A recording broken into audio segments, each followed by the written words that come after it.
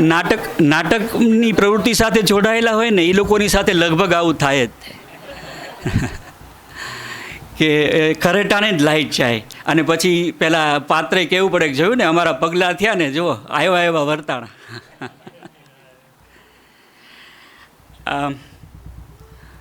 બહુ સ્ટ્રગલ કરીને પાંજરા ટ્રી ગાર્ડ વગર પણ ઉજરી જવાની એક વૃક્ષ સહજ એક આપણે કહીએ કે ઘટના થતી હોય છે. સર્વાઈવલ છે એ પ્રાણી માત્રનો એક સ્વભાવ છે અને ઉગી જવું એ એનો એક સ્વભાવ છે. અહીંયા નીરજ કહે છે કે આ નફ્ફટ વૃક્ષોને હવે વારસદારો મળી ગયા છે, વૃક્ષોને પ્રેમ કરતા વારસદારો. તો હું એક વનમાં ચાલી રહેલો એવો 56 વર્ષનો એક બુઝુર્ગ હવે પાછળ આવનારા યુવા દોસ્તોને આવી નફટાઈ કેળવતા જોઉં છું તો મને મજા આવે છે કે આવા નફટો તો આની તો પેઢીની પેઢી વધો. તો નીરજ એ સરસ નિબંધ હતો દોસ્ત.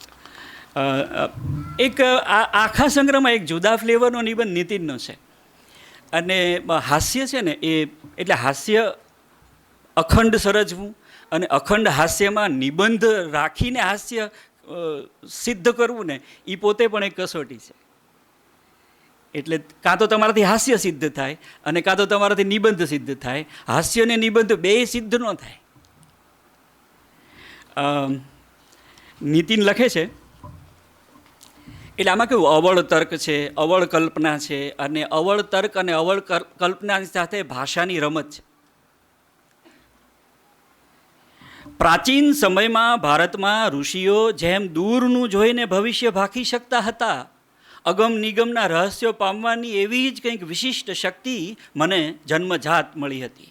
ભારતના મહાન ઋષિઓની પેઠે હું પણ પરીક્ષા અને પરિણામની બાબતમાં દૂરનું જોઈ શકતો હતો. મારું ભવિષ્ય ભાંકી શકતો હતો. પરીક્ષા શરૂ થયા પહેલાં જ એનું પરિણામ શું આવશે તેમજ તેનો આધાર લઈને શરીરના કયા કયા ભાગ ઉપર કેટલી માત્રામાં માર પડી શકે તેનો અંદાજ લગાવી શકતો હતો. મારી ઉપર થનારા ઢીકાપાત અને પાટુ પ્રપાતથી બચવાનો મારી પાસે એક જ ઉપાય હતો, બીમાર પડવાનો. તેથી જેવું પરીક્ષાનું સમયપત્રક ઘોષિત થાય એટલે તરત જ આપણા વેદ મંત્ર આનો ભદ્રાહા ક્રતવો યંતુ વિશ્વતઃની જેમ જ મને ચારે દિશાઓમાંથી બીમાર થવાના શુભ વિચારો પ્રાપ્ત થવા માંડતા.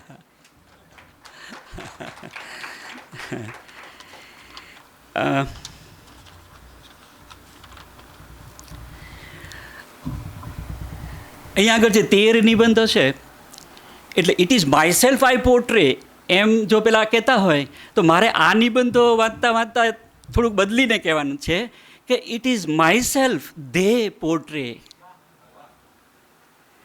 દરેક વાચકને જ્યારે એમ લાગે કે આ જે પોર્ટ્રે કરી રહ્યા છે, આ જે ચિતરી રહ્યા છે એ જાણે મારા માટે ચિતરી રહ્યા છે ને હું જ છું એવું જ્યારે લાગે ત્યારે લખનાર અને વાંચનારની વચ્ચેનો જે એક ભેદ છે એ ઓગળી જાય. હું અહીંયા ફાંકો એવો મારવા માગતો હતો દખલા કે આ 13 છે ને એ 13માંથી અડધા મારા સીધા રિલેશનના છે અને અડધા છે એની સાથે મારે સીધું રિલેશન છે. જે મારા સીધા રિલેશનમાં છે ને એમાં સીધા મારા વિદ્યાર્થીઓ છે, જેને કારણે મેં નિર્ણાયક થવાનું પસંદ ના કર્યું. કેટલાક વાંકા પણ મારા વિદ્યાર્થીઓ છે. પણ આમાં બે એવા છે જે પ્રિવિલેજ્ડ છે. સ્ટુડન્ટ ઇન લો નામની એક નવી રિલેશનશિપ ડેવલપ થઈ છે. એટલે એમાં શિષ્ય જામાતા અને શિષ્ય વધુ. અહીંયા આગળ જે ટીમ છે 13ની એમાં એક અમારા ભવનનો જમાઈ છે. હવે એને તો અમારે બરાબર મોતીડે વધાવવો પડે.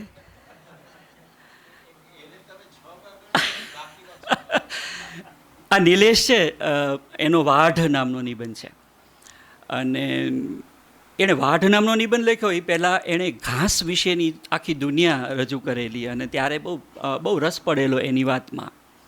અમારી શાનું અહીં બેઠી છે, અમારી દીકરી, એટલે દીકરી જમાએ બે બેઠા છે. અને તમને ખાનગીમાં કહું, જમાએ બહુ ફાંકો નહીં મારવાનો. અમારી દીકરી એને વટે ને એવા નિબંધ લખે છે, અને એ સાબિત કરશે. એણે હજી જગતને દેખાડ્યા નથી એના નિબંધ. પણ બંને જણા કૃષિ સમાજ સાથે જોડાયેલા છે, અને બંનેને ખેતરમાં ઊભેલો પાક અચાનક ઢબી જાય ત્યારે ખેડૂતના મનમાં જે એક ચીસ નીકળે, એ ચીસની એ બંનેને ખબર છે. અને ખેતરમાં હળવેક રહીને એક સપાટીની ઉપર શેરડીનો એક કોંટો નીકળે અને એ ફેંટો બાંધેલો દેખાય. એ ખેતી કરનારી આ જે જનરેશન છે આપણી, એટલે આપણા તો ગોત્ર ખેતીના છે. ખેતીના ગોત્રમાં જ્યારે ખેતી સાથે કામ કરનારો એક સરાબોર થઈને ચાલનારો એક માણસ છે, એ જ્યારે નિબંધ લખે ત્યારે એના નિબંધમાં કેવી ફ્લેવર આવે. વરસાદે હારોહાર હમસી ખૂંદતો હોય, ગારો કરી મૂકે, ગારો કરી મૂકે. વળી હેલી થાય તો બીક, ક્યાંક શેરડી મોર ખડ ન થઈ જાય, મારી માઠી દશા બેસી જાય. પછી પાણીમાં મુઠ્ઠીયું ભરવા જેવું થતું. બાર હેલી ને હૈયે અંગારા ઉઠતા હોય તોય હું હૈયા ઉપર હાથ રાખું. વરસાદ ખરાડ આપે, દંતાળ, દાઢા, સાંતીનાળ, રાસ, શિંકલા, જોતર, લોઢિયો, રાપ, ખરપિયો, આઠાની પાનું વગેરે જ્યાં ત્યાંથી ભેગું કરું ત્યાં તો મારા 12 વાગી ગયા હોય. ઢાંઢા ધરાઈને ઢમઢોલ થઈ ગયા હોય, પણ સાંતી પાસે આવતા મુવાને ઘા વાગે. તે વાગે જ ને. તમને કોઈને હાથીએ જોડવાનું હોય તો હું તો આવળની પાતળી ફૂટી કાપું એટલે હબળ આવે હાથી પાસે. આખો ઉનાળો પોરો ખાધો હોય તો પછી બચારાને થોડુંક તો જોર આવે જ ને.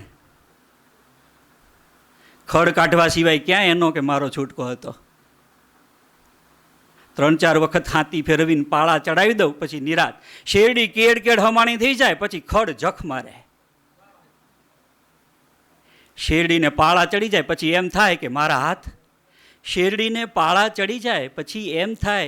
મારા હાથ થોડાક વધારે લાંબા ભગવાને આપ્યા હોત તો હું મારો વાહો થાંભળી લેત.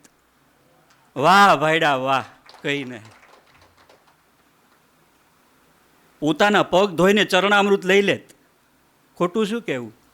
તો આ જે એક કામ પાર પાડ્યાનો જે આત્મસંતોષ છે, હવે તારે ભાઈ તારે નથી કરવું, તું તાર લે. વાહ ભાઈ વાહ, અમે વાહો થાબડી.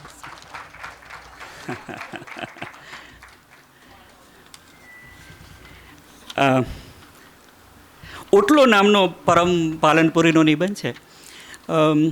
આપણા ધીમે ધીમે ઓગળતા જતા અને નામશેષ થતા જતા અને વિલીન થતા જતા ગામડાઓના જે કેટલાક સમૂહ સ્થાનો છે, એમાંનો એક આ ઓટલો હતો. અને એમણે ઓટલાના ચિત્રો બધા આપ્યા છે સમયના. અને એમાંનું છેલ્લો પેરેગ્રાફ છે, એ કહે છે કે હું જીવતો રહીશ માત્ર ને માત્ર ઓટલાના હૃદયમાં, અને ઓટલો મારામાં. ઓટલો મારા અને મારા ભાઈબંધ માટે સિંહાસનથી ઓછો નહોતો. તે અમારા આરામ કરવા માટેનું મોંઘેરું આસન હતો. બાળપણના એક પડાવનો પ્રેમ ઓટલો હતો. હવે ઓટલો પાછો નહીં મળે, એ અફસોસ કાયમ રહ્યા કરશે. ભગવાન છે પાલીતાણા પંથકમાં અમારો ભગો, એ નિશાળનો આચાર્ય છે, પણ નિબંધ લખે છે ત્યારે એ એક કૃષક ગોપાલક બની જાય છે. એ પ્રકૃતિનો એક આખંડ પીનારો બની જાય છે. અને એનું ગદ્ય બહુ સરસ છે. આવતા દિવસોમાં તમે આ 13 છો ને, આવા બીજા 13 નહીં, બીજા 24-25 જેટલા નવલોયા જુવાન છોકરાઓ ભાષાની સાથે કામ કરતા એ તમને મળે તો દકાભાઈ, તમારી બીજી નિબંધ સ્પર્ધા માટે એવા 12-15ની તો લાઈન ઊભી છે. તમને નામ સહિત કહી શકું. પણ ચલો, આ ભગવાન છે.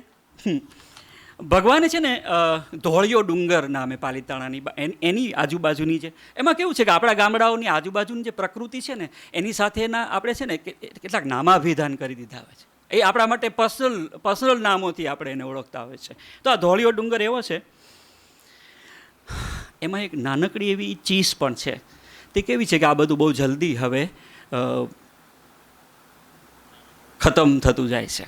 તો એ જે સૂર છે ને, જે ટીસ છે ને, એનો આનંદ, હી સેલિબ્રેટ્સ ધ નેચર, એ પ્રકૃતિને ઉજવી રહ્યો છે, પણ સમાંતરે એનું એક ધીમું રુદન પણ ચાલી રહ્યું છે કે આ બધું બહુ જલ્દી હવે ખળભળી રહ્યું છે. જો આ સાંભળો, ધોળીએ જતી એક પછી એક કેડીઓ બ્લોક થતી જાય છે ને ડૉક્ટરોનું કહેવું છે કે બાયપાસ સર્જરી શક્ય નથી. થાય એટલી સેવા કરો એમ કહી ડૉક્ટર હાથ ખંખેરી નાખે, પછી ગમાણમાં મોતની વાટ જોતા ભાભા સૂતા હોય એમ ધોળિયો દેહદાનનું ફોરમ ભરીને સૂતો છે. સાંભળ્યું છે કે સોલરની કંપનીઓ ધોળિયાને કાળિયો બનાવી દેવા આતુર છે. આખા ડુંગરામાંથી સોલરની પેનલો લાગી જાય પછી ધોળિયો કાળિયો બની જશે. ગાયું ઝટકા ખાઈને ખીલે બંધાઈ જશે. મોરલાના ટવકા રાષ્ટ્રીય પક્ષી બની ચોપડીઓમાં ચિતરાઈ જશે. સસલા, શિયાળ, કાબર, ચકલા, હોલા, નોળિયા, સાપ બધા લાગણીઓના બિસ્તરા પોટલા બાંધી ડાયસ્પોરિક બની જશે.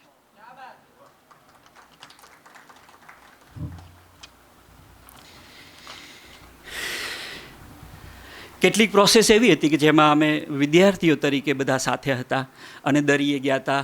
અને તમને દરિયે શું વાત કરી એવી વાતમાંથી ભૂમિ દરિયેથી થોડાક છીપલા વીણી આવી છે. એ છીપલાઓમાં એણે દરિયાની સાથે જે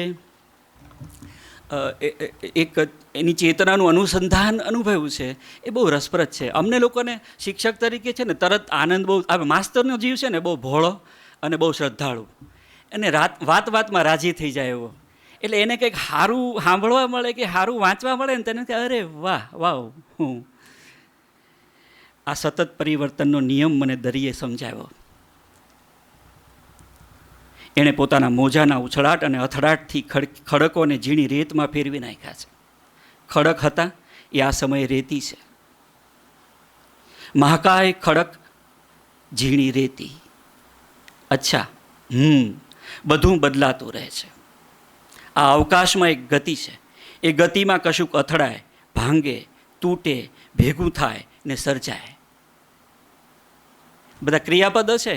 આ બધી પ્રોઝની વાત પણ હું કરી શકું કેમ કે માસ્તર હું છું અને પાછો કહેવા તો વિવેચક પણ છું. એટલે હું એના પ્રોઝના જે ફંક્શન છે નિબંધનના એ હું કરી શકું. પણ તમને અત્યારે તો ખાલી આટલું કહું કે જુઓ, અથડાય વગેરે, હે ને,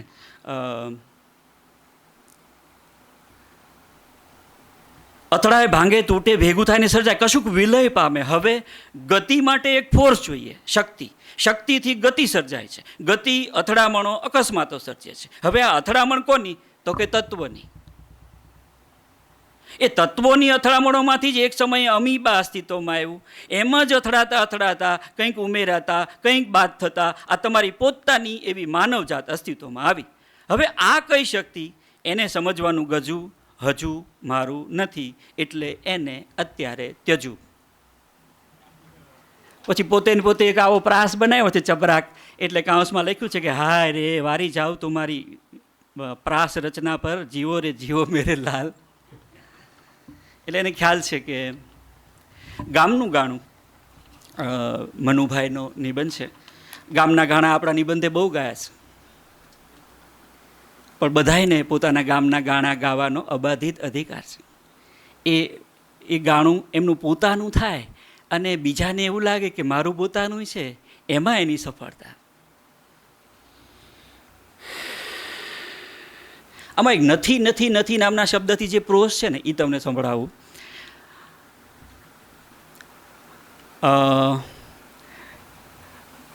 ક્યારે પાછા આવવાના એમ વિચારીને પાદર કાંઈ પૂછતું નથી. કેમ જાણે ગામ હવે મારું રહ્યું જ ના હોય, કે પછી ગામ મને ગણતું નથી. તળાવ એના તોરમાં વહે છે, વાવ વાટ જોતી નથી, કૂવો કંઈ કહેતો નથી, વડલો વડવાયું આંબળી વાલ ધરતો નથી, સ્ટેશનના બાકડે જઈને બેસું તો બાકડોય હવે મારાથી બોલતો નથી, બાઇક અને ગાડીઓમાં ગોઠવાઈ ગયેલા અમે બસમાં બેસતા નથી, એટલે બસ પણ બોલાવ્યા વિના બારોબાર ચાલી જાય છે. શહેરના વાઘા ઓઢી ફરીએ છીએ તોય ગજવું તો ગામના નામનું રટણ જ કરે છે. મયુરનો નિબંધ છે.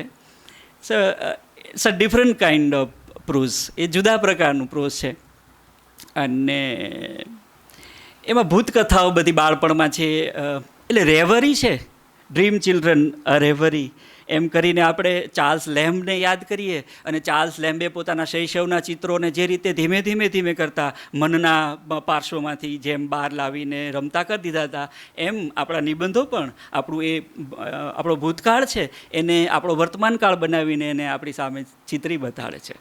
મયુરે છે ને આ ભયગ્રંથિ બાળપણનો એક બહુ રસપ્રદ અનુભવ હોય છે અને એમાંનું એક હું તમને સંભળાવું. એટલે કેવું કે આપણને જાત જાતની ભૂતોની તો જાત જાતની કથાઓ આપણી આજુબાજુ ઘૂમતી હોય અને જો ન્યાનો જતો ન તો આમ થશે, ત્યાં તો ઓલી થાય છે ને ઊંધા પગે હાલે છે ને સો ઓન.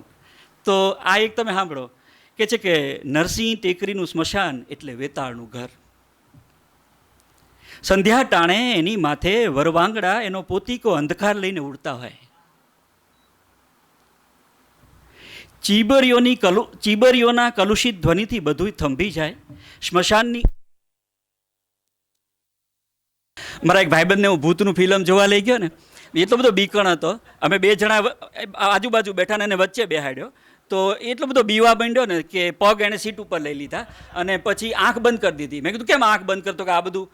તો મેં કીધું તો કાન, પછી મેં કીધું તો હવેથી બીક લાગે છે, આંખ તો બંધ કરી દીધી. એ કે પણ આ કાનમાંથી જે અવાજ આવે છે ને સંગીતના બેકગ્રાઉન્ડ, તો બીક તો એની લાગે છે. તો ભય ગ્રંથિ છે. સ્મશાનની પછી તે દીપડો કે સિંહ કે કૂતરાઓનું ઝુંડ ભૂંડનો શિકાર કરી ગયું હોય. એના વધેલા માંસના લોચાને ચૂંથતા કાગડાઓને જોઈ અમને રાતના બિહામણા સપના આવે. ભૂંડનું માંસ અમને ચૂડેલના વાંસા જેવું દેખાય. કહેવાય કે એ સામી મળે તો પાછા પગે ચાલતી પકડવાની. ચૂડેલ સામી મળે તો રિવર્સ ગેર નાખવાનો, પાછા પગલે ચાલતી પકડવાની, નહીં તો ભરખી જાય, જીવ અવગતે જાય. રામદેવ પીરના ઓટલે બેઠા બેઠા ગઢવી બાપા ત્યાં સફેદ સાડલો પહેરેલી ચૂડેલ થાય છે એવી વાતો કરી અમારા ટોળાને ભયભીત કરી દેતા. પછી નવરાત્રિ ઉપર એ રસ્તે કોઈ જાય છે કે નહીં એની એક અને બે રૂપિયાની શરતો લાગતી. તો આ આખો નિબંધ એનો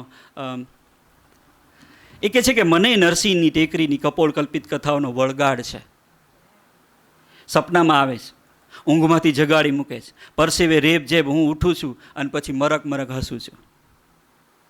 તો આ નિયતિ છે કે પરસેવે રેબ જેબ થઈને ઝપકીને જાગી જવાનું છે અને પછી આવું કાંઈક સપનું આવ્યું હતું એનો હરખે કરવાનો છે. અમીરગઢમાં એમણે સરસ એ આખી પ્રકૃતિનું એક ઋતુનું ચિત્ર એમણે આપ્યું છે. એ કહે છે કે વનને ખોળે બેઠેલા ગામોમાં ફાગણ કેમેય કર્યા છાના ન રહે. લીમડે લીમડે મોરતી મંજરી, આંબે આંબે મોર, ખાખરે ખાખરે કેસુડા આપણને છોડે નહીં. તો એ સરસ એક ચેતના એમની વન સંપદાને ઝીલનારી ચેતના તરીકે આપણને એમાં રસ પડે. સ્નેહલ પાછી અમારી શિષ્યવધુ છે. વીરેન અમારા મિથ્યાભિમાન નાટકના એક કરતાં વધુ પાત્રો કિરદાર કરનારો અમારો ચિરંજીવી સુપુત્ર, અને આ તો એનાથી હવાઈ. અને એણે ગીરકાંઠાના એક એના ગામડાને જે શૈશવ કન્યાઓના શૈશવના વિહાર સ્થાનો, જે ગામડાના ઠેકાણાઓ બને, એ ઠેકાણાઓનું એક સરસ ચિત્ર એણે આપ્યું. એટલે આ બધા નિબંધો છે ને એક રીતે એક ડોક્યુમેન્ટેશન છે, એક એવું હ્યુમન ડોક્યુમેન્ટેશન છે જે આપણી આજુબાજુના જીવનના જુદા જુદા સમયખંડ અને જુદા જુદા ભૂખંડને અને જુદા જુદા લોકને રેખાંકિત કરે છે અને એને ડોક્યુમેન્ટ કરે છે. એ રીતે આ નિબંધોને જોવા જોઈએ. એણે છે ને જે એક સરસ ચિત્ર આપ્યું છે ને તે રામ તારી વાવ જેવી વાર્તાઓમાં આવે ને એ પ્રકારનું છે. એ કહે છે કે ત્યાં એક ગુનો છે, એ ગીરના એનું ગામ સાવ ગીરકાંઠાના ગીરનું ઇટ્સ પ્રવેશ દ્વાર ઓફ ગીર, એવું એનું ગામ છે. અને દીપડા ને હાવજ ને એની અવાજો અને એની સ્મેલ પણ એની વાતમાં આવે છે. એ લખે છે કે એને જે ગુનો છે, ગુનો, યુ નો ગુના, ગુના, what is the meaning of ગુના? પ્રોબ્લેમ છે ગુના, એટલે આ ખંખોળિયું ખાવા જેવું છે કે હું તો પીઝા ખાઈને આવ્યો છું, તમે ખંખોળિયું ખાઈ લો.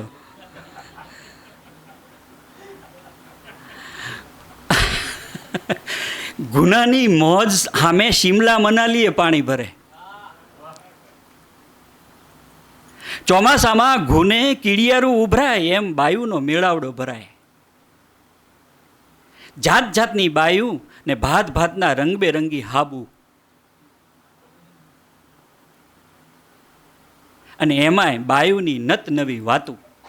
ચોમાસામાં ગામની બધી નવા જૂની ગુને મળી રહે. કોણ ભાગી ગયું, કોનું વ્યવહાર નક્કી થયું, કોનું છૂટું કર્યું, કઈ બાઈને મહિના હાલે, બધું ગુનો જાણે. નાની છોડીઓને મોટી બાયું બાવડું પકડીને પકડીને આઘિયું કાઢે અને પછી એક બીજી પોતપોતાની કરમ કહાણી આદરે. હામાં હામી એક બીજી વરાળ કાઢીને હૈયું ઠાલવે. વાતુના કેટલાય પડીકા ખુલે. કોઈનો ઘરવાળો તોરી મગજનો હોય તો વળી કોઈની હાહુ વઢિયારી હોય. કપડાની હારોહાર જીવતરનો પણ દોડ નીકળતો જાય ને એક નવી તાકાત લઈને બાયું ઘરે જાય.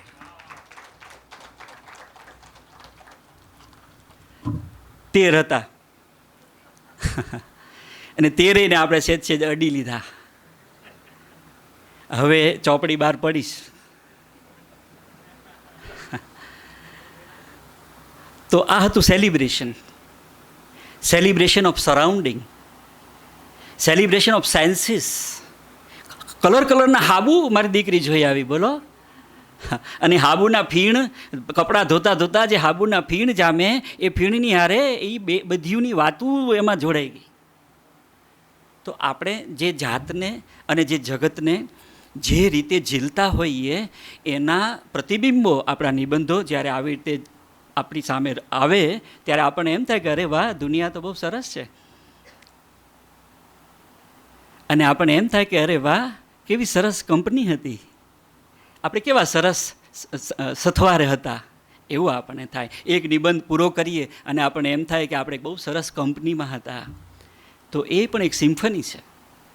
મને લાગે છે કે મારે આ સંગ્રહના આ 13 જે અભિવ્યક્તિના ઠેકાણા હતા એમાંથી તમને થોડીક ચખણી મારે તમને કરાવવાની હતી. અભિનંદન તો અલબત્ત બધાને, આ આખા પરિવારને, અને જે બધાએ આમાં ભાગ લીધો એ બધાને. અને નંબર અને ક્રમ ને એ બધા કરતાં વધારે તો આપણું સાથે હોવું છે એ તો સૌથી મોટો પ્રવાસ છે. અને કદાચ જનક ત્રિવેદી નામના એક સર્જકને ગમે એવી, જેણે મુસાફરીઓ જ કર્યા કરી છે. સવારે નીકળે 3 દીએ ચિઠ્ઠી આવે ટિફિનમાં કે હવે બીજા 3 દી છે. અને તો આ બધું ભેગું થયું છે. અને આપણે લોકો અહીંયા અમદાવાદના કોઈ એક ખૂણે આ આખા ગુજરાતના લોકેશનમાં જવાનો જે વૈભવ માણી રહ્યા છે એ વૈભવ, એ મન ચંગા તો કથરોટમાં ગંગા, એના જેવો પણ એક રીતે છે. હવે આપણે તો કંઈ 2 નાળી જોટાળી જાવા લઈ અને બરડામાં હવે કમરના દુખાવા થઈ ગયા છે. આપણે એ શેરડીના આ ભાઈ જે ધડીકા લે છે શેરડીના અને મધપુડાના, હવે એ આપણે તો નથી કરવાના. ભોળાભાઈને મેં નિબંધ મોકલ્યો હતો, એ શ્યામ ભી અજીબે નામનો, અજય ત્યાંથી પૂરું કરું. એમનું એક પોસ્ટકાર્ડ આવ્યું કે તમે જે આ આસામના શંકરદેવના મંદિરની જે કથા લખી છે તે બહુ ગમી એમ. અને પછી એક નાનકડી ટાંક મારી હતી કે હવે એમ કે અમે તો બહુ ફર્યા, આ માજા દાદાના અવતારો બધા ગામે ગામ હોય છે કે તમે જલેબીઓ નથી ખાધી, અમે બહુ ખાધી, હવે ખાવા જેવા તમે છો, તમે ખાઓ. તો ભોળાભાઈ એવું લખેલું કે બહુ ફર્યો એમ, પણ મશાલ હવે તમારા હાથમાં છે એટલે તમે ફરો એમ. હવે અત્યારે મને એમ થાય છે કે મારા હાથમાંથી એ મશાલ હળવે કરીને અહીંયા તો 39 જણાના હાથમાં પહોંચી ગઈ છે. અજવાળાઓ તો આમ જ વધતા હોય અને એ આમ જ વિસ્તરે. હું એકલો મારું દંડુડું પકડીને ઊભો રહું અને મારા મોબાઈલની લાઇટમાંથી મને દેખાય એટલું વાંચ્યા કરું, that is not the life. મને થાય છે કે હું અહીંયા આ ડાયો થઈને બેસી જાઉં. Thank you.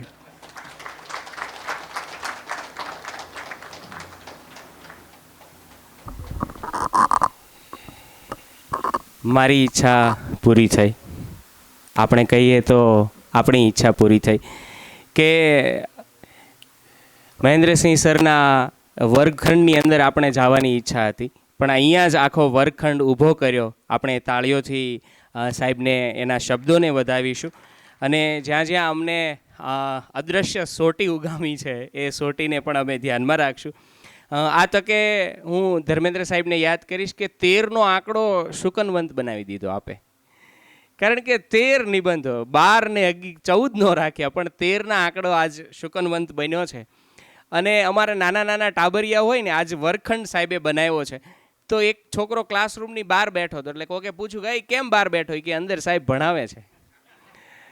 અને તમે જોજો નાના છોકરાઓને આમ પીપરમિન્ટની મજા આવી હોય ને, ચોકલેટની, લોલીપોપની, તો એ આમ લોલીપોપ બહાર કાઢી અને એના ભાઈબંધને બતાવશે અને કેવું સરસ લાગ્યું એ કહેશે. તો આજ હું એ કહું છું, આજ આ કાર્યક્રમની એટલી બધી મજા આવી રહી છે કે કાર્યક્રમના અંતિમ ચરણમાં જ્યારે જવું છે ત્યારે ફરીવાર એક બહુ મજાની સરસ વાત તમારી વચ્ચે વહેતી મૂકવી છે કે મિનિસ્ટ્રી ઓફ ટુરિઝમ ભારત સરકાર દ્વારા એમનું એક પોર્ટલ છે, ઉત્સવ પોર્ટલ. એ ઉત્સવ પોર્ટલ ઉપર નિબંધન એને પોસ્ટ કરી છે, અંગ્રેજીમાં પણ મૂકી છે અને સમગ્ર ભારત સુધી આ નિબંધન પુસ્તક શું છે એ પહોંચાડી રહ્યા છે. ત્યારે મનીષભાઈ આ સરસ મજાના એ સમાચાર આપણી વચ્ચે વહેતા મૂક્યા છે. તાળીઓથી આ ક્ષણને આપણે વધાવીશું. હા, હમણાં જ એમની ઉપર ફોન આવ્યો. અને મનીષભાઈ વિશે હજી એક વાત મારે એ કહેવી છે કે પબ્લિશર હોય ને એમને કેટલા પુસ્તક વેચાય ને એની રાહ હોય છે, પણ મનીષભાઈને મેં જેટલા વખત જોયા છે એક એક કાર્યક્રમમાં છેક સુધી બેસે છે. એમને સાહિત્યમાં રસ છે સાહેબ. આવા નવોદિતો આવે છે, એના પુસ્તકો, એના શબ્દોને કંકુ ચોખા કરીને, ઓવારણા કરીને એ દુનિયા સુધી પહોંચાડવા પ્રયાસ કરે છે. પુનઃ ઝેડકેડ પબ્લિકેશનને યાદ કરું છું. છેલ્લે પુસ્તકની અંદર છેલ્લે તમે જોશો તો એક સરસ મજાની મિતાક્ષરી છે. આ તકે શ્રી હર્ષદ ત્રિવેદી સરને હું યાદ કરું છું. અને હવે મારે જેમને કાર્યક્રમના અંતિમ ચરણમાં જે પેલી પીપરમેન્ટ મજા આવે એવી વાત સુધી મારે તમને લઈ જવા છે કે સરની સાથે મેં મોર્નિંગ વોક કર્યું છે. સરને નહીં ખબર હોય, પણ યુટ્યુબની ઉપર સરસ મજાના જલસો ઉપર સાહેબના વિડીયો રહ્યા છે. આદરણીય શ્રી કિરીટ દુધાત સર, હું એમને આમંત્રણ પાઠવું છું. આપણા કાર્યક્રમના અંતિમ સમયની અંદર એમને આપણે સાંભળવાના છે. ત્યારે પહેલી પીપરમેન્ટ જામી રહી છે. મનમાં એવું થાય છે કે આ પીપરમેન્ટ ખૂટે નહીં. રૂડા આવ્યા છે ટાણા, કલમને ડાળખી ફૂટી, મગાવો ગોળ ધાણા રે, કલમને ડાળખી ફૂટી. થયું છે અવતરણ એવું ધમાકેદાર શબ્દોનું, પીગળશે આજ પાણા, કલમને ડાળખી ફૂટી. આદરણીય શ્રી કિરીટ દુધાત સર.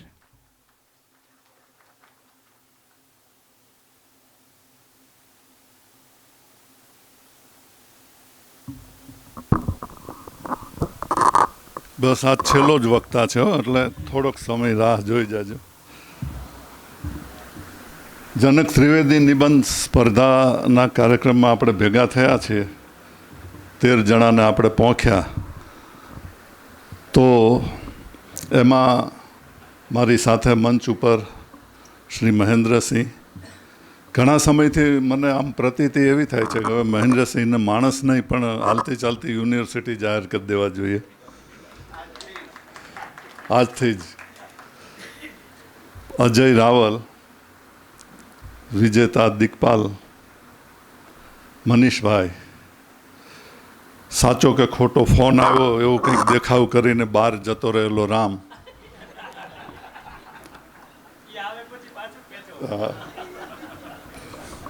સામે નટવરભાઈ પટેલ સાહેબ, ભગવાનદાસ પટેલ સાહેબ જેવા વડીલો બેઠા છે. તો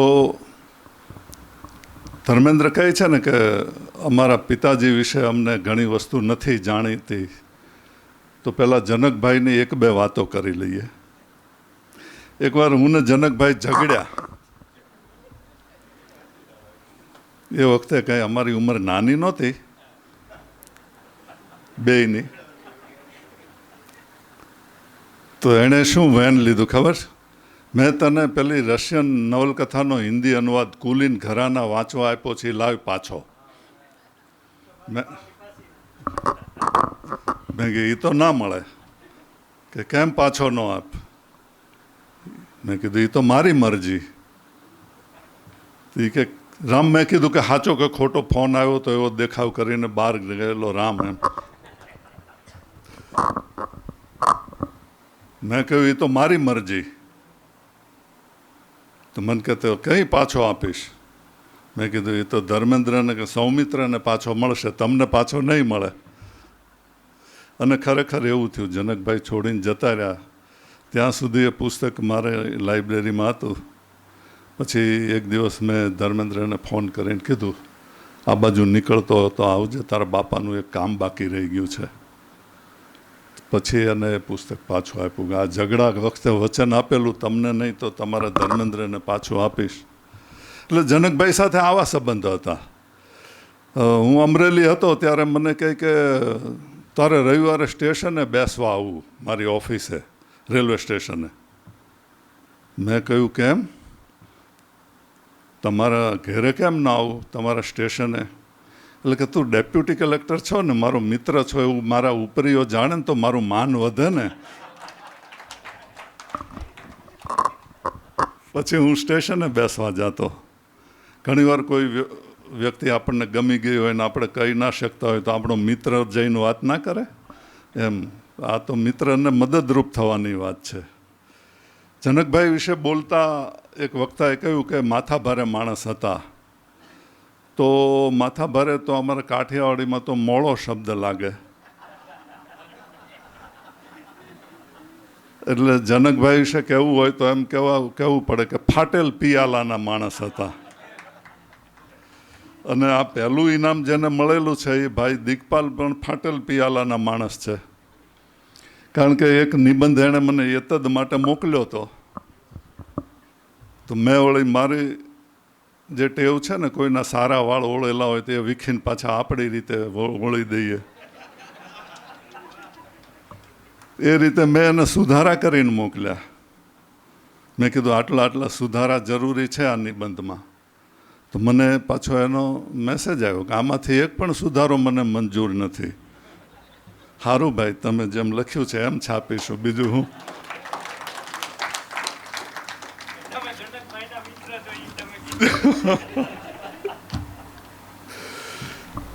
હવે ગુજરાતી સાહિત્ય પરિષદ દર વર્ષે 2 પ્રકાશનો કરે છે. એક તો નવલિકા ચયન અને એક કવિતા ચયન. તો એમાં 1996નું નવલિકા ચયન મેં કર્યું હતું. અને એ બધી નવલિકાઓ વાંચી અને પ્રસ્તાવનાનું શીર્ષક મેં આપ્યું હતું, આવ્યો છે જમાનો વાર્તાનો. તે ઘણું થોડુંક ચર્ચાસ્પદે થયું હતું. હવે જો 2024માં વાત કરવાની હોય તો હું એમ કહું કે આવ્યો છે જમાનો નિબંધનો. કારણ કે એતદ અને પરબના સંપાદક તરીકે મારી ઉપર એવા નિબંધો આજકાલ આવી રહ્યા છે કે એમ થાય કે વચ્ચે ગઝલે બહુ ગજું કાઢ્યું હતું, પછી ટૂંકી વાર્તાએ સારું એવું જોર બતાવ્યું. પણ હાલ જો આવ્યા હોય, જો સારા દિવસો, તો એ નિબંધના છે. અને એવા જુદા જુદા ખૂણેથી લોકો નિબંધ લખી રહ્યા છે કે આપણને એમ થાય કે વાહ, આવો નિબંધ હોય. પણ આ બધા જે યુવાન ચહેરાઓ હું જોઉં છું તો એમ લાગે કે ખરેખર નિબંધ આ લોકોના હાથમાં સલામત છે. આપણે નિબંધના પિતા તરીકે મોન્ટેગ્યુને કહીએ છીએ, પણ એનું લાલન પાલન થયું ઘણા મારી જેવા આમ મોહાળમાં જઈને કાઠું કાઢે ને એનું લાલન પાલન થયું ઇંગ્લેન્ડમાં. કોઈ માણસ વિદેશથી અહીંયા ભારતમાં આવે ને આપણને પૂછે કે તમારી શ્રેષ્ઠ વસ્તુ કઈ, તો આપણે તાજમહાલ બતાવીએ કે આ અમારી શ્રેષ્ઠ વસ્તુ. એમ જો અંગ્રેજ પ્રજાને કોઈ પૂછે કે તમારી શ્રેષ્ઠ વસ્તુ કઈ, તો મને લાગે છે અંગ્રેજ પ્રજા કોઈ સ્થાપત્ય કે એવું કશું ભૌતિક વસ્તુ બતાવવાને બદલે એમ કહે કે અમારું ગદ્ય જુઓ, અમારું ગદ્ય એ અમારી શ્રેષ્ઠ વસ્તુ છે. અને એટલા બધા અદ્ભુત નિબંધો અંગ્રેજી ભાષામાં લખાયા છે. આપણે થોડા શીર્ષકોની પછી વાત કરીશું. એટલા બધા અદ્ભુત નિબંધો લખાયા છે કે એનું આખું ગદ્ય, અંગ્રેજી સાહિત્યનું જે ગદ્ય છે એ નિબંધમાંથી ખીલ્યું છે. ને હું તો એવું માનું છું કે અંગ્રેજ પ્રજા પાસેથી એક શેક્સપિયર લઈ લ્યો અને એક એનો નિબંધ લઈ લ્યો તો આખું અંગ્રેજી સાહિત્ય ઝાંખું પડી જાય. એમ કહે કે અમારી પાસે મિલ્ટન છે તો આપણે કહીએ કે એ તો ઇટાલીમાં દાંતે બી છે. એ જે કવિ કે એનું આપણે સામે બતાવી શકીએ કે અમારી પાસે ડિકન્સ છે, તો ફ્રેન્ચ પ્રજા પાસે બાલજાક પણ છે. એટલે આ એક નિબંધનું ગદ્ય જે, અને તમે જુઓ, હું તો રહસ્ય કથાઓ પણ વાંચતો હોઉં છું. રહસ્ય કથામાં કોઈ ગદ્યની માવજત કરવાનું ના વિચારે, પણ તમારી પાસે બે રહસ્ય કથા થ્રિલર આવી હોય અને એક અમેરિકન થ્રિલર હોય, તમને ખબર ના હોય કે આ લેખક અમેરિકન છે, અને એક બ્રિટિશ થ્રિલર હોય, એના લેખકનો પણ ખ્યાલ ના હોય, તો તમે બ્રિટિશ થ્રિલરનું ગદ્ય વાંચીને કહી શકો કે આ અંગ્રેજ પ્રજાએ લખેલી થ્રિલર છે, અને અમેરિકન પ્રજાનું થોડું ભાભડભૂતા જેવું ગદ્ય થી ખબર પડે કે આ અમેરિકન થ્રિલર છે. એટલે અને અંગ્રેજ પ્રજા પાછી એવી કદરદાન છે. પીડી જેમ્સ નામની એની એક બહુ મોટી રહસ્ય કથાની લેખિકા છે. એણે સર એટલે એમાં બેરોનેસનો ઇલકાબ પણ આપ્યો. શું કરવા? કે રહસ્ય કથા લખવા માટે. મને થયું કે આને કેમ આપ્યો હશે? તો એની એક બે રહસ્ય કથા વાંચી તો એમાં તમને થ્રિલરનો તો આનંદ મળે, પણ એના ગદ્યનો પણ આનંદ મળે. એટલે આ રીતે અંગ્રેજ પ્રજાનું તમારે સૌએ વાંચવા જોઈએ. હું થોડા નિબંધોના શીર્ષકો હમણાં કહીશ તમને. હવે નિબંધ કેવો છે, મને પહેલેથી જ ખબર પડી ગઈ હતી બાળપણથી જ કે આ નિબંધ લખવો એ આપણા બસની વાત નથી. કારણ કે નિબંધમાં પરીક્ષામાં 5મા 6ઠા ધોરણમાં એવું પૂછાણું હોય કે ભિખારી થઈ ગયેલા ધનવાન માણસની આત્મકથા. તો આપણા આત્મકથા લખવા બેસીએ, પછી એટલા બધા જોરમાં આવી જઈએ કે લખીએ છેલ્લે કે અને પછી હું મરી ગયો. એટલે માસ્તર આપણને ઊભા કરીને ધોલ ધપાટ કરે કે આત્મકથામાં મરી ગયો એમ કહેવાય? તો મારો મિત્ર ભવાન કહે કે આત્મકથા મારી, નિબંધ મારો, મારે મરી જવું હોય તો કેમ, તમે છૂટ ન આપો? પણ નિબંધમાં બધું શક્ય છે. અને નિબંધ છે ને એ આમ બહુ ઓછા નિબંધો નીવડી આવે. આ બધા નિબંધો તો નીવડી આવેલા છે.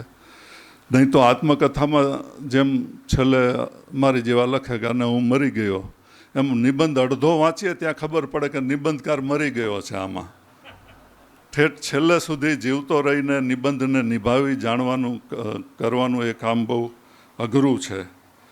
અને તમે જો નિબંધમાં તમે વાર્તાય લખી શકો. અજયભાઈને થયું કે આ વાર્તા છે કે નિબંધ. તમે કોઈ ચરિત્ર પણ લખી શકો, ફેન્ટસી પણ લખી શકો, ચિંતન પણ લખી શકો, જે આજકાલ બહુ ચાલ્યું છે. એમાંથી બચાવવાની જરૂર છે. અને કશું કિસમ કિસમનું લખી શકો. અહીંયા ચાર્લ્સ લેમ્બના આની વાત થઈ, ડ્રીમ ચિલ્ડ્રનની.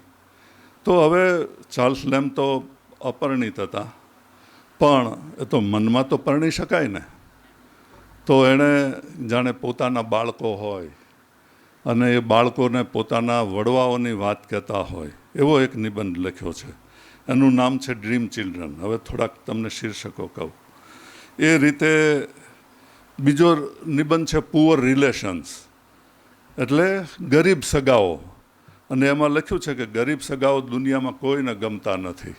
એ ગમે એવી ડાપણભરી વાત કરે તો પણ આપણને ખૂંચે છે. એટલે આ બધા આ પ્રકારના શીર્ષકો છે. એક નિબંધનું શીર્ષક એવું છે કે ઓન નેશનલ પ્રિજુડાઇસીસ, આખા રાષ્ટ્રને પૂર્વગ્રહ હોય તો કેવો હોય એનું વર્ણન એ નિબંધમાં છે. પછી એક નિબંધનું શીર્ષક છે ઓન પ્લેઝર ઓફ હેટિંગ, માણસોને ધિક્કારવાનો કેવો આનંદ આપણને આવતો હોય છે એ પ્રકારનો પેલો નિબંધ છે.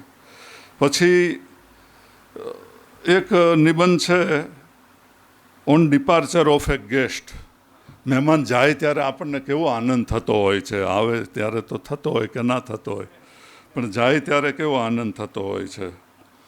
એક ફિટ્ઝરાલ્ડ નામનો બહુ મોટો અમેરિકન લેખક છે, એ વચ્ચે પાગલ થઈ ગયો હતો, તો ક્રેકઅપ નામનો, મયુર વાંચવા જેવો છે, ક્રેકઅપ નામનો એણે નિબંધ લખ્યો છે. રોજે રોજ એનું ગાંડ પણ કેવી રીતે વધતું ગયું. એટલે getting on the cold morning, કડકડતી સવારે ઉઠવા વિશે નિબંધ છે. એટલે આ પ્રકારના એટલા બધા નિબંધ છે કે ઓન બ્લાઇન્ડનેસ નામનો બોર્હેસનો નિબંધ છે, અને એમાં એણે સ્થાપિત કર્યું છે કે હોમર બ્લાઇન્ડ હતો ને એટલે જ મહાકાવ્ય લખી શક્યો, કારણ કે બોર્હેસને પણ ધીમે ધીમે અંધાપો આવતો જતો હતો. તો પછી આ મોન્ટેને એક નિબંધ લખ્યો છે ઓન કેનિબાલ્સ, એટલે માનવભક્ષી કેવા લોકો હોય છે એના વિશે નિબંધ લખ્યો હતો. લાયર્સ ઓફ લાયર્સ, જુઠ્ઠા માણસો વિશે. A bachelor's complaint of the behaviour of the married people, એવો ચાર્લ્સ લેમ્બે નિબંધ લખ્યો છે. એ કુંવારા માણસની ફરિયાદ કે પરણેલા દંપતીઓ પોતાની સાથે કેવો વ્યવહાર કરે છે, એટલે વાંઢા માણસની ફરિયાદ જેને તમે કહી શકો એવું. વધારે પહેલાંમાં નથી જતો. જ્યોર્જ એલિયટ નામની એક લેખિકાએ the silly novels by the lady novelist એવો નિબંધ લખ્યો છે, એટલે મૂર્ખ સ્ત્રીઓ દ્વારા લખાયેલી ઠેકાણા વગરની નવલકથાઓ, આવો નિબંધ એ છે. પણ એ બેને લખ્યો છે એટલે માફ કરીએ, નહીં તો વળી પાછા બહેનો ઝઘડવા આવે કોઈ પુરુષોએ લખ્યો હોય તો. એટલે આ પ્રકારના નિબંધોના શીર્ષક જ તમે જુઓ તો ખુશ થઈ જાઓ. અહીંયા પણ મેં કહ્યું હતું કે આવ્યો છે જમાનો નિબંધનો, તો નિબંધનું સંપાદન ઘણા વર્ષે ધર્મેન્દ્ર અને મનીષભાઈ ભેગા થઈને પ્રકાશિત કરી રહ્યા છે, બદલ એમને હું ખૂબ અભિનંદન આપું છું. અને હું તો કહું છું કે એક ત્રૈમાસિક કાઢો. જો એક સ્પર્ધાથી આટલા સારા નિબંધો આપણને મળતા હોય તો પછી એનું એક મેગેઝિન શરૂ કરો. મનીષભાઈને આમ તો આવા બધા પુસ્તકોમાં ખોટ જ જતી હશે હું માનું છું, તો આપણે ખાતર ઉપર દીવો થવા દો મનીષભાઈ. કારણ કે આમાં કેટલા નિબંધો છે. તમે જુઓ, દિગ્પાલનો નિબંધ છે 17 પેજનો, 18 પેજનો છે. બરડાનો નિબંધ લખ્યો છે, પણ વાંચતા આપણો બરડો દુખી જાય. પણ મૂળ વાત તો પાછી આવી જ નહીં, પાછો એનો બીજો કટકો કરવો પડશે. એટલે લાંબી લેખણે પણ નિબંધ લખી શકાય છે. પણ મિત્રોને હું એક પુસ્તકની વાત કરું, શેરી નામનું દિગીશભાઈનું પુસ્તક છે, દિગીશ મહેતાનું. તો 1.5 પેજના નિબંધો તમારા દરેક જણે વસાવવું જોઈએ અને નિયમિત વાંચવું જોઈએ, એવી મારી સલાહ છે. એ હું વાંચી ગયો તો પછી મારા મિત્ર યજ્ઞેશ દવેને કહેતો હતો કે યજ્ઞેશ, આ કેવા સરસ 1.5 પેજમાં નિબંધો લખ્યા છે. હા, તો પછી યજ્ઞેશ મને કહે, તને ખબર છે આ નિબંધો કેમ લખાયા? તો મેં કીધું ના. એ કહે કે સવારે 6:35 અમદાવાદ રાજકોટ આકાશવાણી ઉપર રત્નકણિકા નામનો કાર્યક્રમ આવતો, અને એમાં પેલા ચાવલા બધા ચિંતનકારોને તો કે અમે બોલાવતા જ, પણ વચ્ચે દિગીશભાઈને પણ બોલાવતા. એટલે 5 મિનિટમાં રજૂ થઈ શકે એવા નિબંધ ઉપર દિગીશભાઈની જે હથોટી છે, દૂરના એ સૂર તો ખરો જ, પણ મારી દ્રષ્ટિએ શેરી નિબંધ પણ અગત્યનો છે. એ રીતે ધ્વનિબેનનો નિબંધ આમાં જુઓ, અજંપો, તો અજંપો માણસને કેવી રીતે સર્જન તરફ લઈ જાય એ બતાવ્યું છે. બધા ભારતીય રાણે કે પ્રીતિ સેન ગુપ્તા જેવા વિશ્વ પ્રવાસીઓ, બધી ગૃહિણીઓ તો ના થઈ શકે, પણ ધ્વનિબેનના નિબંધો જ્યારે વાંચું છું ત્યારે મને એમ થાય છે કે આ એક ગુજરાતી ગૃહિણીએ પોતાના ઘરના વરંડામાં ઊભા રહીને આ વિશ્વનું કરેલું દર્શન છે. તો એ રીતે નરેન્દ્ર જોશીનો 5 આંસુના ટીપા વિશે આવો નિબંધ લખી શકાય, આમ મને તો બહુ નવાઈ લાગી. અને આપણને પોતપોતાનું બાળપણ યાદ આવે. આ નિલેશ ગોહિલે ઘાસ નામના નિબંધની જે વાત કરી, તો આપણને તો ઘાસ અથવા તો તૃણ એવા 2 શબ્દોમાં પછી ત્રીજો શબ્દ શોધતા ફાંફા પડે. એણે તો જે 15-20 ઘાસના પર્યાયો આપ્યા છે, તો આપણે એટલે ઓળઘોળ થઈ જાય ને એમ થાય કે વનાંચલ ને એ તો બધું સરસ જ છે, પણ હજી આપણે કેટલાક ગ્રામ પ્રદેશના જુદા જુદા જે પાસાઓ છે એ માણવાના અને પ્રમાણવાના બાકી છે. આ મયુર ખાવડુનો કોઈ પણ નિબંધ મારે વાંચવા બેસવું હોય તો હું પહેલાં ભાગવત ગોમંડળના 9 વોલ્યુમ મારા ટેબલ ઉપર રાખીને પછી વાંચવા બેસું, કારણ કે હું એવું સમજતો હોઉં કે મને બધી ખબર છે સંપાદક તરીકે. તો મયુર ખાવડું દરેક વખતે મને ચેલેન્જ કરે કે જો આ શબ્દનો ખ્યાલ છે કે કેમ. એ રીતે બધા તો હું વાંચી નથી શક્યો, પણ નફ્ફટ વૃક્ષો તમે જુઓ, શહેરમાં રહીને વૃક્ષોને કેવી રીતે યાદ કરી શકાય. એટલે આ 13 નિબંધો છે એ 13 વિશ્વ આપણી આગળ ઉગાડી આપે છે. અને જેની શરૂઆત આટલી સરસ હોય એ પ્રવૃત્તિ ઉત્તરોત્તર વિકાસ પામતી જાય. અને મહેન્દ્રસિંહ પણ આપણા ઉત્તમ નિબંધકાર છે, પણ એમણે કહ્યું કે હવે મશાલ એવા લોકોના હાથમાં છે કે કાલે કદાચ આપણી આંખ બીડાઈ જાય તો પણ સંતોષ થાય કે મારો ગુજરાતી નિબંધ આ બધાના હાથમાં સલામત છે. આભાર.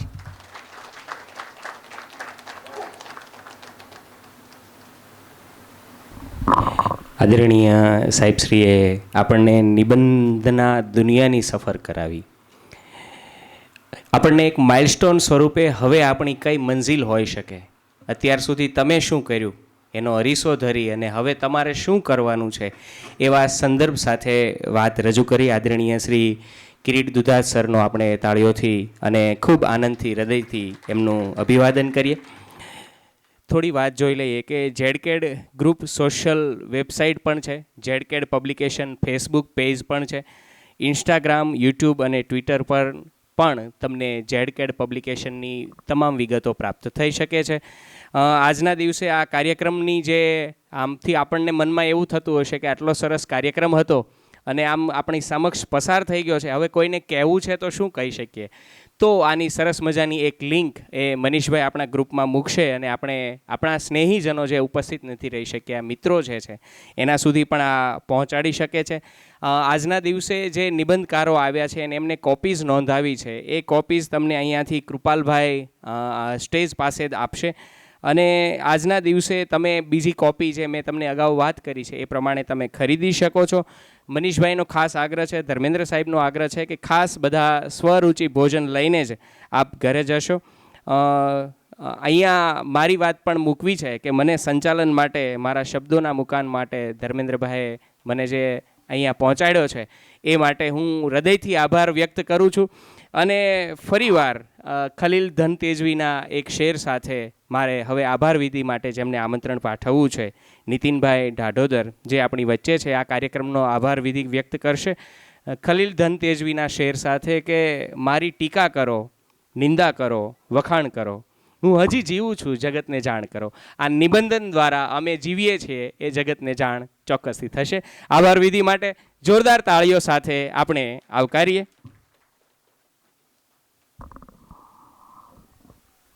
નમસ્તે. સૌથી પહેલાં તો હું જનક ત્રિવેદી પરિવારનો આભાર માનું છું, કારણ કે જ્યારે કોઈ માણસ એક ક્ષેત્રમાં આગળ વધી જાય ત્યારે સતત એને એવી બીક હોય કે મારા સ્થાને કોઈ મને રિપ્લેસ ન કરી દે. પણ એનાથી ઊંધું કે આવો લખો અને તમે પણ આગળ વધો. સ્પર્ધા આ જે યોજી તો દરેકને પોતાની કલમનું કવચ દેખાડવાની આ તક એમણે આપી. હું જનક ત્રિવેદી પરિવારનો આભાર માનું છું. બીજી વાત મનીષભાઈની, કોઈ કામ માટે પીઠબળ તો મળી રહે, પણ એમણે આ કામને પૃષ્ઠબળ આપ્યું છે. આપણે અમારા 13માંથી કેટલાક નીવડેલા લેખકો છે, વર્તમાનપત્રોમાં લખે કે જુદા જુદા પુસ્તકોમાં લખે, પણ મારી જેવા ઘણા બધા છે.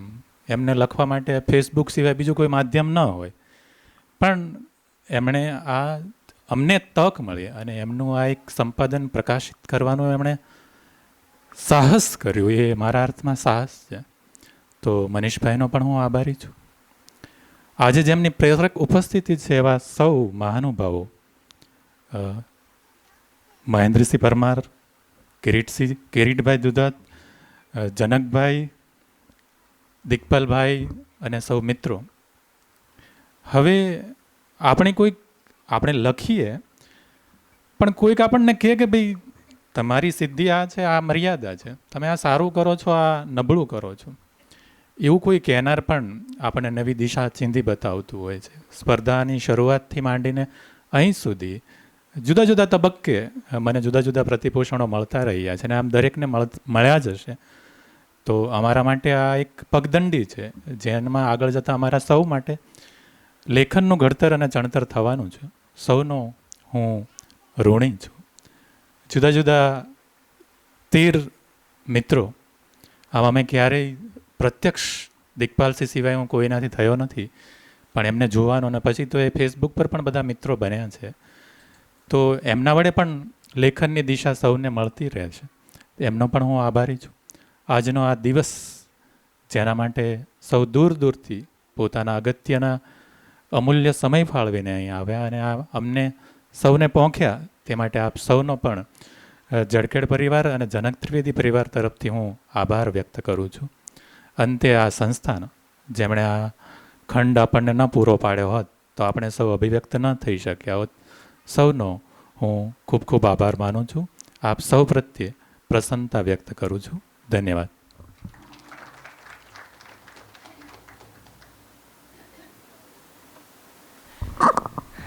સાડા 12નો સમય આપ્યો તો ખાસ તો સંચાલકે જાજુ ન બોલવાનું હોય, આવું બધા રંધો મારતા હોય છે, પણ મને ખૂબ મજા એટલે આવી કે અહીંયા મને કોઈ કહેવાવાળું નહોતું અને હું ઘડીક તમને પ્રાથમિક શાળામાં લઈ જઈ અને વળી પાછો અહીંયા લેતો આવતો હતો.